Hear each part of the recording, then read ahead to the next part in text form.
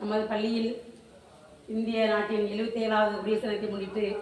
நாம் பள்ளியின் குடியரசு விழாவிற்கு வருகை தந்திருக்கும் மாணவ செல்வங்களையும் பிடிஏ தலைவி அவர்களையும் எஸ்எம்சி தலைவி அவர்களையும் மற்றும் கிராம பொதுமக்கள் அனைவரையும் பள்ளியின் சார்பாகவும் ஆசிரியர் சார்பாகவும் மாணவர்கள் சார்பாகவும் வருக வருக என அன்புடன் வரவேற்கிறேன்.